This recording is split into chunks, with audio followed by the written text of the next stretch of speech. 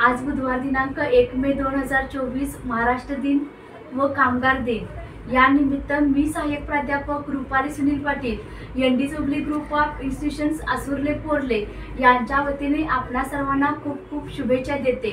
1 मे 1960 रोजी महाराष्ट्र राज्याची निर्मिती झाली। तेव्हापासून 1 मे हा दिवस महाराष्ट्र दिन म्हणून आपण साजरा करतो। भारताला स्वातंत्र्य मिळाल्यानंतर विविध राज्यांची निर्मिती झाली। त्यामध्ये महाराष्ट्राची निर्मिती करण्यासाठी महाराष्ट्र हे एक राज्य नवीन निर्मितीसाठी समाजसुधारकांनी आंदोलने केली आणि त्यानंतर महाराष्ट्र एक राज्य म्हणून 1 मे 1960 पासून या दिवशी आपण महाराष्ट्र दिन म्हणून साजरा करतो।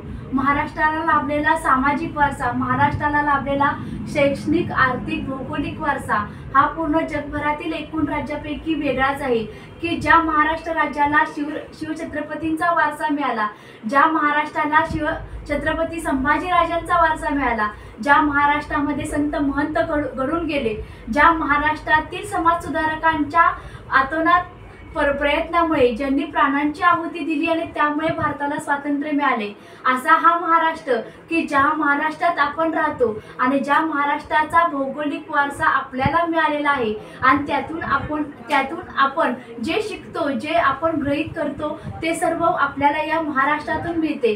महाराष्ट्राचं वेगळेपण सांगायचं गेलं तर या महाराष्ट्राला लाभलेला भौगोलिक वारसा असेल किंवा सामाजिक वारसा असेल, सामाजिक वारसामध्ये आपण आजच्या या भारतामधल्या एकूण राज्यापैकी आपण साजरे करत असणारे सण उत्सव असतील। आपल्या महाराष्ट्रात विविध जाती धर्माचे लोक राहतात, तरी देखील आपण गुण्यागोविंदाने राहत असतो आणि हा सांस्कृतिक वारसा आपण जपला पाहिजे।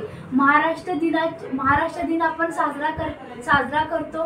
तो साजरा करत असताना महाराष्ट्राला लाभलेली संस्कृती जी आपल्याला परंपरेने मिळालेली आहे, जी कोणाच्या तरी त्यागामुळे, कोणाच्या तरी प्राणांच्या आहुतीमुळे आपल्याला जो ही संस्कृती मिळालेली आहे, या संस्कृतीचं जतन करणं आज गरजेचं आहे।